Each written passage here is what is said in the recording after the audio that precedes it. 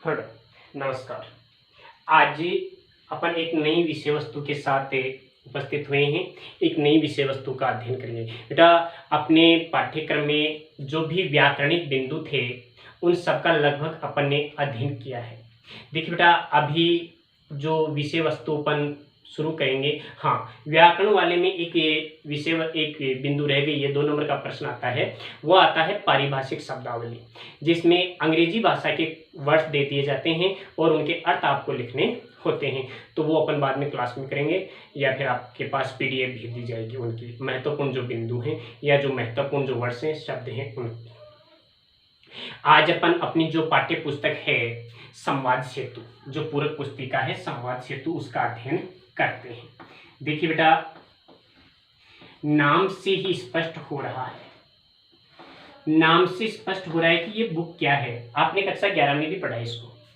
कक्षा 11 में आपको जो मैंने नोट्स लिखवाए थे वे आप ध्यान से देखना। इनसे जुड़ी हुई बहुत से नोट्स आपके पास उपलब्ध हैं जो आपको मैंने कक्षा में करवाए थे। उनको भी आप एक बार पढ़ना, उनका भी एक बार आप अध्ययन करना। उनमें से कई बातें आपको पढ़ने को मिल जाएंगी, कई बातें आप उसमें पढ़ेंगे। तो बेटा देखना, यह जो विषय वस्तु है, यह जो पाठ है वो है संवाद सेतु। देखिए, संवाद का मतलब होता है बेटा समाचार। संवाद का मतलब क्या होता है बेटा? समाचार। सेतु का मतलब होता है माध्यम। सेतु का मतलब क्या होता है? माध्यम। अर्थात समाचारों को पहुंचाने का जो माध्यम होता है वो संवाद सेतु। यानी कि अपन यहाँ पर इस संवाद सेतु के माध्यम से यह पढ़ेंगे कि इसमें किसी भी प्रकार की जो सामान्य जानकारी है उसमें समाचारों को अपने मुख्य रूप से देखते हैं। तो पहला ही जो पाठ है अपने कक्षा 12 के लिए, देखिए बेटा, कक्षा 11 और 12 के लिए एक ही बुक है। कक्षा 11 और 12 के लिए एक ही बुक है, जिसमें प्रथम जो 5 पाठ है वो कक्षा 11 में आपने पढ़े थे। आज तो कक्षा 11 के लिए एक अलग से किताब आ चुकी है, अभिव्यक्ति और माध्यम नाम से। लेकिन ये जो संवाद सेतु बुक है, ये जो संवाद सेतु पुस्तक है, ये संवाद सेतु पुस्तक पहले कक्षा 11 और 12 दोनों में चलती थी, लेकिन अब एनसीईआरटी का जो नया पाठ्यक्रम आया है, इसके लिए कक्षा 11 और 12 के लिए नई पुस्तक आ चुकी है, संवाद सेतु की जगह अभिव्यक्ति और माध्यम। अब की बार का जो आपका पाठ्यक्रम है वो तो संवाद सेतु से ही जोड़ा जा रहा है, संवाद सेतु से ही लिया जा रहा है। और आगे का जो पाठ्यक्रम होगा उसमें अभिव्यक्ति और माध्यम आएगा। तो आज का जो पहला जो पाठ है इसमें वह है समाचार लेखन। समाचार लेखन। देखो बेटा, पहला अध्याय यानी आपकी संवाद सेतु का 6वां अध्याय है समाचार लेखन। समाचार सबसे पहले अपन जानेंगे कि आज अपन देख रहे हैं कि आज का जो ये वैज्ञानिक युग है, आज का जो ये डिजिटल युग है, इसमें सूचनाओं का और समाचार का एक स्थान से दूसरे स्थान पर त्वरित गति से पहुंच जाना ही समाचार कहलाता है। अर्थात इससे डिजिटल युग में इस डिजिटल युग में समाचारों का त्वरित गति से यानी तेज गति से, त्वरित गति से पहुंच जाना एक महत्वपूर्ण बात है।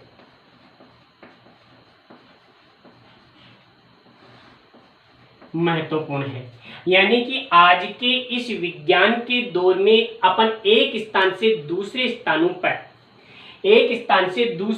पर समाचारों का त्वरित गति से आदान प्रदान जो करते हैं वो इसे डिजिटल युग की ही देन मानी जाती है। आज देखिए बेटा, आज समाचार और संचार के जो माध्यम हैं उनको 3 भागों में अपन पढ़ते हैं। आज के इस युग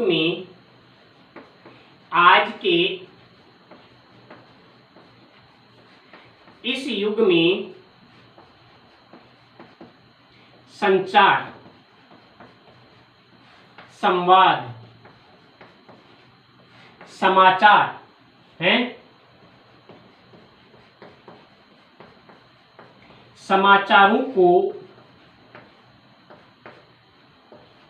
समाचारों को तीन माध्यमों, समाचारों में तीन माध्यमों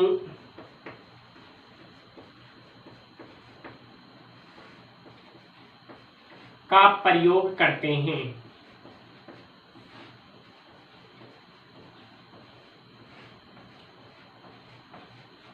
तीन माध्यमों का प्रयोग करते हैं। तो बेटा आपने कक्षा 11 में पढ़ा था, पहला माध्यम है बेटा प्रिंट मीडिया। प्रिंट मीडिया, ये सारी चीजें आपको मैंने कक्षा 11 में लिखाई थी। दूसरा माध्यम है बेटा इलेक्ट्रॉनिक मीडिया। दूसरा माध्यम कौन सा है? Electronic media. दूसरा माध्यम कौन सा है? Electronic media. और तीसरा माध्यम है नव माध्यम या नव मीडिया। नव माध्यम, नव मीडिया। अब देखिए बेटा, ये जो प्रिंट मीडिया है, इस प्रिंट मीडिया में कौन कौन सी चीजें आती हैं? यानी समाचार पत्र पत्रिकाएं, समाचार पत्र पत्रिकाएं प्रिंट मीडिया में आती हैं, जिसे मुद्रण कला कहते हैं अपन। इलेक्ट्रॉनिक मीडिया में कौन कौन से माध्यम आते हैं बेटा? टेलीविजन है, रेडियो है और अन्य माध्यम हैं। नव माध्यम में क्या आएगा बेटा? कंप्यूटर आएगा, कंप्यूटर आएगा, इंटरनेट आएगा, इंटरनेट आएगा।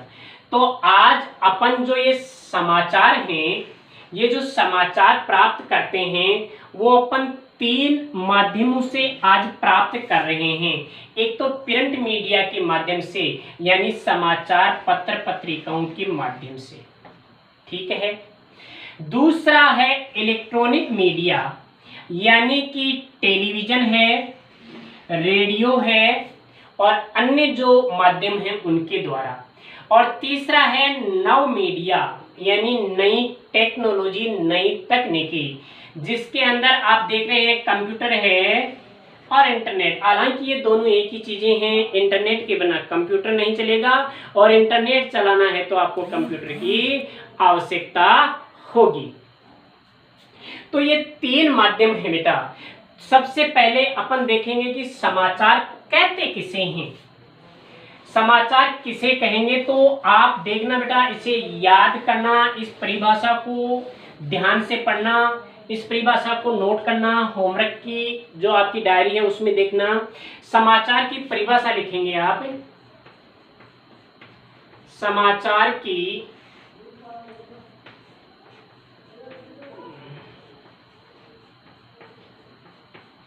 परिभाषा क्या है, किसे कहते हैं? कोई भी ऐसी ताजा गठित घटना, कोई भी ऐसी नवीनतम, ताजा यानी नवीनतम गठित घटना जो तेजी के साथ फैलकर, जो तेजी के साथ फैलकर अधिक से अधिक लोगों को,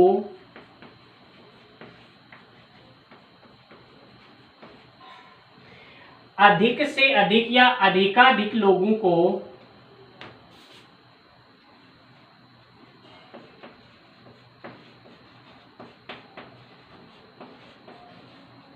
अधिकाधिक लोगों को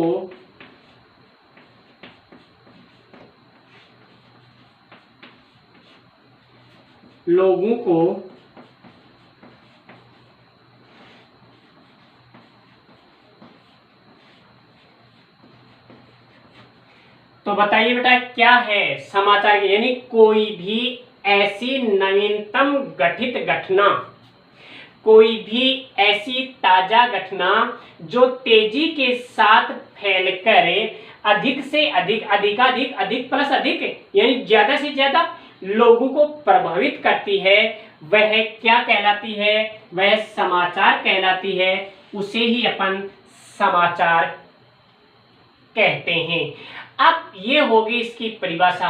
अब यहां से इस परिभाषा से देखना समाचार की विशेषताएं निकल कर आएंगी। तो अपन पढ़ रहे हैं समाचार की विशेषताएं। समाचार की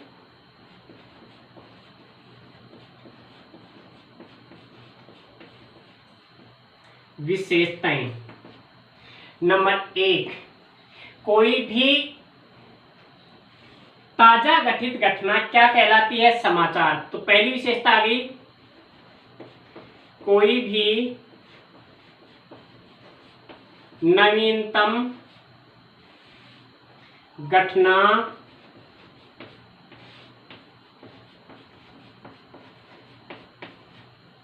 समाचार होती है। कोई भी नवीनतम घटना क्या होती है बेटा? समाचार होती है। ये समाचार की पहली विशेषता है। अब दूसरा, तेजी के साथ फैलकर, यानी समय पर समय पर समय पर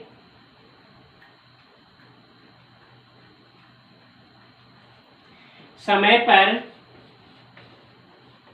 पहुंचने वाली हर ताजा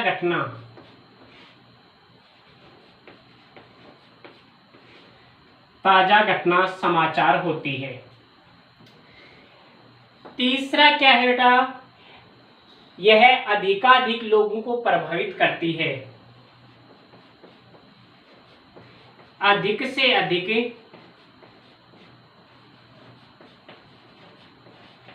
से अधिक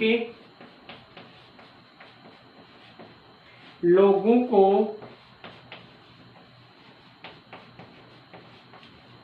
प्रभावित करना। नंबर 4 आ जाएगी, समाचार जल्दी में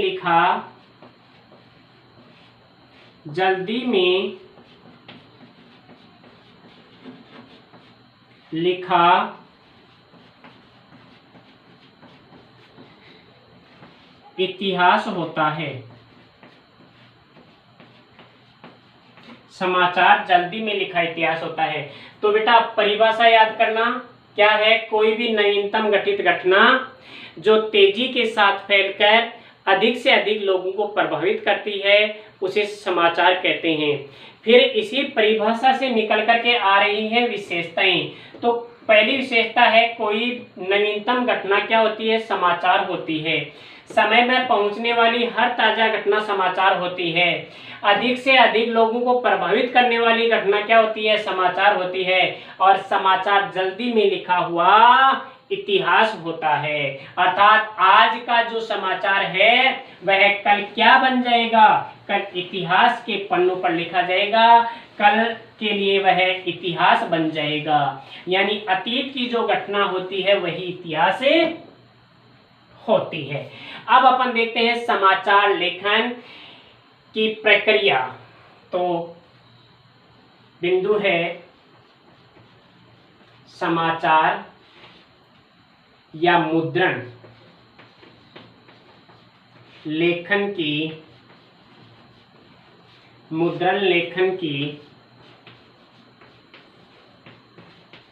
प्रक्रिया, यानी समाचार लेखन कैसे किया जाता है, समाचार लेखन में किस प्रकार की बातें छपी होती हैं।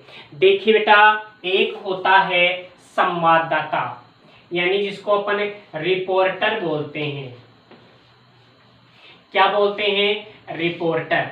रिपोर्टर जगह जगह घूम फिर करके रिपोर्टर जगह जगह घूम फिर करके, अपने क्षेत्र में घूम फिर करके वहां पर घटने वाली घटनाओं का संकलन करता है और वह उन घटनाओं को अपनी डायरी में लिखता रहता है और उसके बाद उसे अपनी एक लैंग्वेज देता है, उसे अपनी एक भाषा देता है।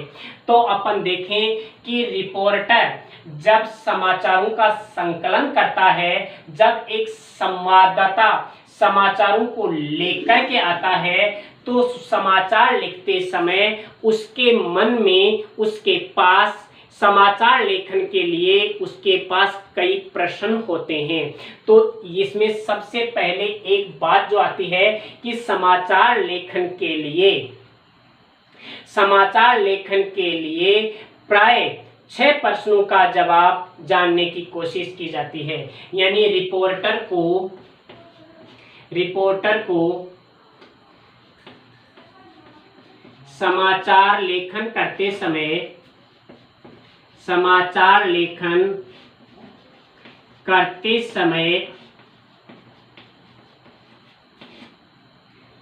6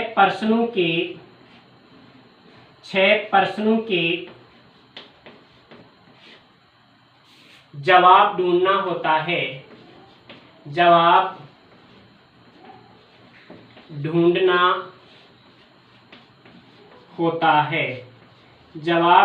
होता है। देखो बेटा, एक जो रिपोर्टर होता है, एक जो संवाददाता होता है, जब वह समाचार लेखन करता है तो उसके मन में कई प्रश्न आते हैं। वो प्रश्न 6 प्रकार के प्रश्न होते हैं।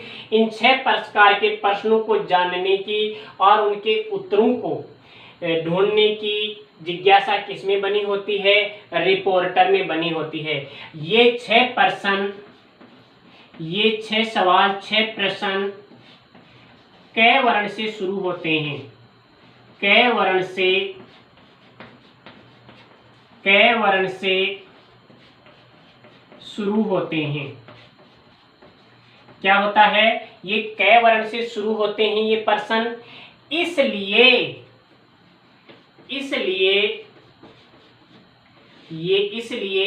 पत्रकारिता की भाषा में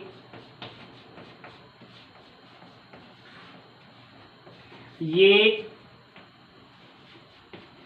6 ककार कहलाते हैं। 6 ककार कहलाते हैं। तो बेटा प्रश्न आ गया है। प्रश्न माध्यमिक शिक्षा बोर्ड में ये प्रश्न आता है कक्षा 12 के एनुअल एग्जाम में कि ककार किसे कहते हैं। तो ध्यान रखना, ककार किसे कहते हैं, ककार की परिभाषा क्या होगी। यानी कि समाचार लेखन में प्रयुक्त होने वाले 6 प्रश्न जो क वर्ण से शुरू होते हैं और उनके उत्तर रिपोर्टर के पास होते हैं, उन्हें क्या कहते हैं? ककार कहते हैं। अर्थात ककार किसे कहते हैं? ककार की परिभाषा, ककार किसे कहेंगे? ककार की परिभाषा क्या होगी? क्या है ककार? ध्यान देना यहाँ, ककार क्या है? अर्थात समाचार लेखन में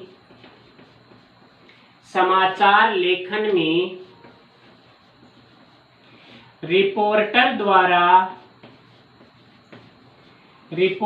द्वारा किए जाने वाले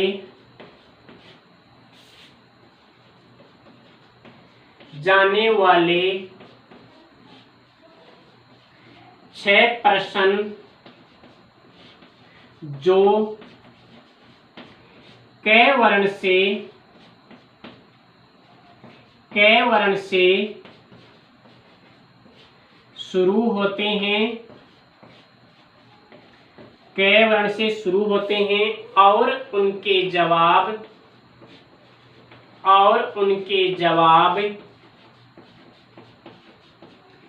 भी रिपोर्टर के पास होते हैं।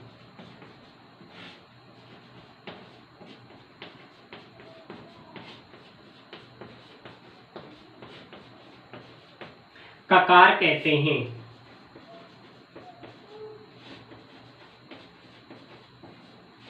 देखिए बेटा, ये 6 पर्सन जो कै वर्ण से शुरू होते हैं, कै वर्ण से शुरू होने के कारण इन 6 पर्सनों को ककार के नाम से जाना जाता है। तो ये 6 ककार कौन कौन से हैं? 6 ककार, 6 ककार निम्न हैं। 6 ककार निम्न हैं। 6 ककार कौन कौन से हैं बेटा? देखिए, यहाँ इन 6 प्रश्नों के उत्तर जो हैं अपन रिपोर्टर के द्वारा प्राप्त करते हैं। तो ये 6 प्रश्न कौन कौन से आते हैं, 6 ककार कौन कौन से आते हैं, इनका क्रम देखना। नंबर 1 क्या, नंबर 2 कौन, नंबर 3 कहाँ, नंबर 4 कब, नंबर 5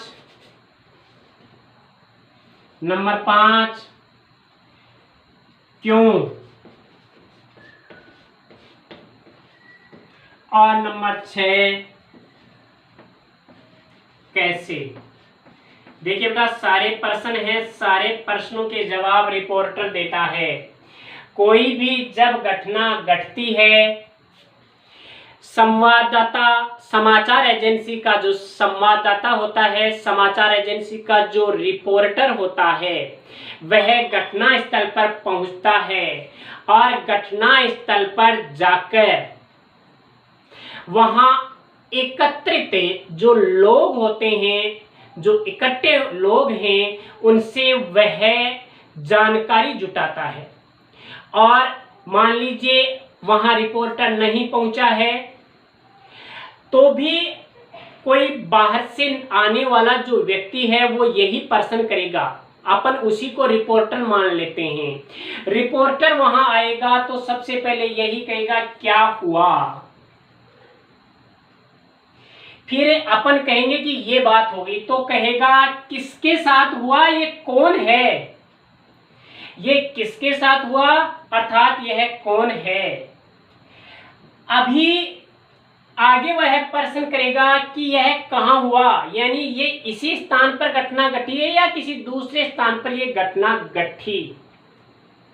आगे वह प्रश्न करेगा कि यह घटना कब घटी, आगे वह प्रश्न करेगा कि यह घटना कब घटी। आगे यह प्रश्न होगा कि यह क्यों घटी, यानी यह घटना क्यों घटी।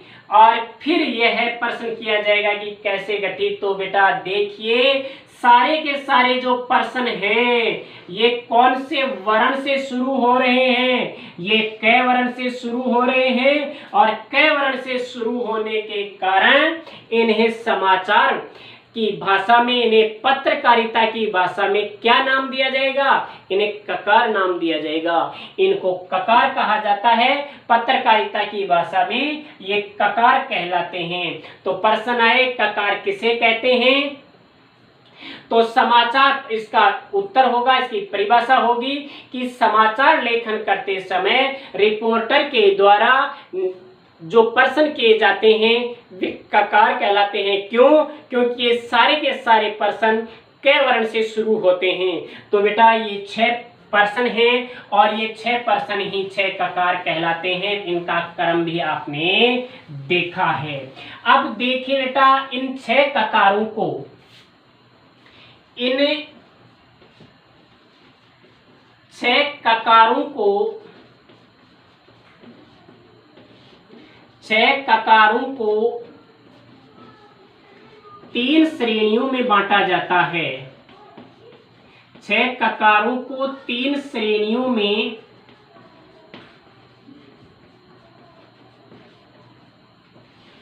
विभाजित किया जाता है। कितनी श्रेणियों में विभाजित किया जाता है? 3 श्रेणियों में विभाजित किया जाता है। पहला होता है इंट्रो, दूसरा होता है बॉडी,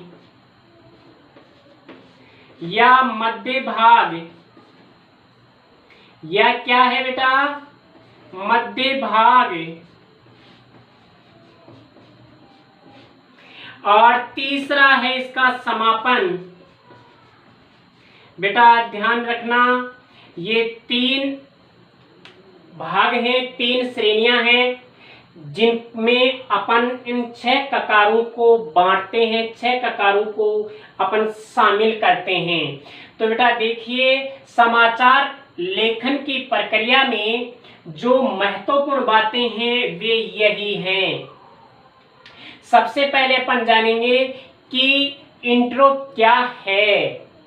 देखिए बेटा, इन 6 ककारों का यदि अपन विभाजन करें तो प्रथम जो 4 ककार हैं, प्रथम जो 4 ककार हैं, क्या, कौन, क्या, कौन, कहां और कब, इन 4 प्रश्नों का उत्तर इंट्रो में दिया जाता है। और जो अंतिम 2 ककार होते हैं, क्यों और कैसे, क्यों और कैसे का जवाब बॉडी या मध्य भाग में लिखा जाता है। तो फिर समापन में क्या होता है, समापन में उस समाचार की केवल औपचारिकता की जाती है, केवल औपचारिकता की जाती है, यानी कि उसे कहानी रूप में लिख दिया जाता है, अर्थात उसको विवरणात्मक रूप में, विवरणात्मक रूप में या व्याख्यात्मक रूप में उसका वर्णन कर देते हैं अपन इस भाग में। कौन से भाग में, समापन भाग में। सबसे पहले जानेंगे अपन इंट्रो। क्या होता है इंट्रो, किसे कहते हैं, अर्थात किसी भी समाचार की जो मुख्य खबर या मुख्य सूचना जो होती है वह क्या कहलाती है। किसी भी समाचार की, किसी भी समाचार की मुख्य खबर, मुख्य खबर या मुख्य सूचना, मुख्य सूचना जो सबसे पहले लिखी जाती है, जो सबसे पहले लिखी जाती है,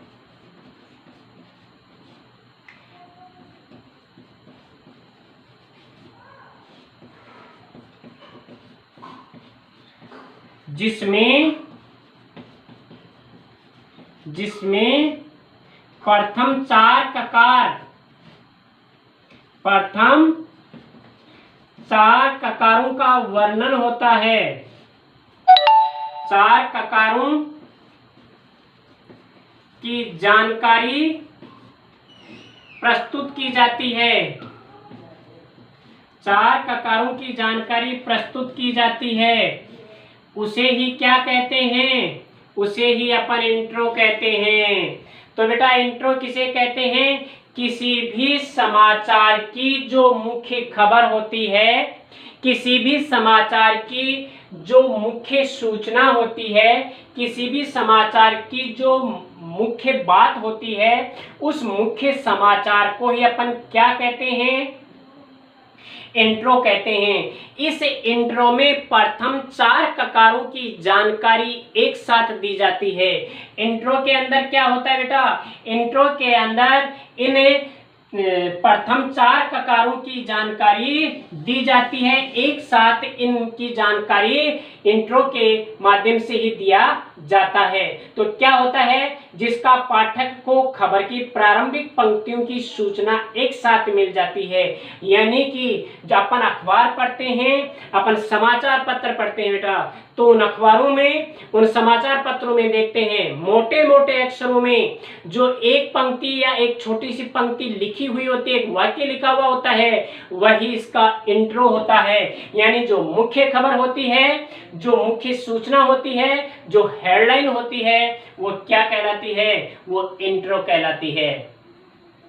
अब अगला है बेटा बॉडी यानी मध्य भाग, यानी बॉडी यानी मध्य भाग में अंतिम दो ककारों के उत्तर दिए जाते हैं और दोनों ककार बॉडी के मध्य भाग में होते हैं जिनमें विवरणात्मक सूचना लिखी जाती है। और समाचार का जो अंतिम जो बिंदु है वो है समापन। तो समापन में क्या होता है, उस समाचार की औपचारिकताएं रह जाती हैं, अर्थात उस समाचार को जो मुख्य घटना के बाद में जो चीजें बची होती हैं एक तरह कहानी के रूप में बची होती है, उसको ही अपन क्या कहते हैं, यानी कम महत्व वाली जो बात होती है वो समापन में लिखी जाती है। इसमें कम महत्व की बातों को लिखा जाता है, कम महत्व की बातों को लिखा जाता है, कम महत्व की बातों को स्थान दिया जाता है, कम महत्व की बातों को स्थान दिया जाता है, स्थान दिया जाता है, कम महत्व की बातों को इसमें लिखा जाता है।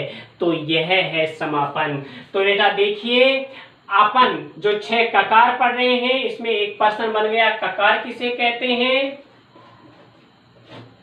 ककार कितने होते हैं, इन ककारों को कितनी श्रेणियों में विभाजित किया जाता है, इंट्रो क्या है, बॉडी क्या है, समापन क्या है, ये सारी चीजें यहाँ अपन पढ़ चुके हैं। तो इन्हें आप ध्यान से पढ़िए, इनको आप अपने होमवर्क की जो गृह कार्य की जो डायरी है उसमें लिखिए और जो भी कोई समस्या हो उस समस्या को आप चैट में लिखिए, उस समस्या को आप डाउट में लिखिए। धन्यवाद।